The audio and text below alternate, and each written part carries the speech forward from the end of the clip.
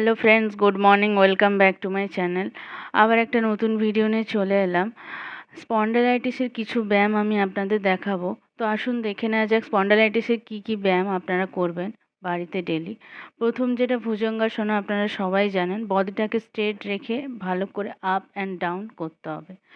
Second যেটা দেখতে পাচ্ছেন ক্যাট কাউ পোজ, এটা শোল্ডার থেকে ভালো করে আপ অ্যান্ড ডাউন আপনাদের করতে হবে। বাড়িতে এই ব্যায়ামগুলো আপনারা ডেলি 3 থেকে 4 বার প্র্যাকটিস করতে পারেন।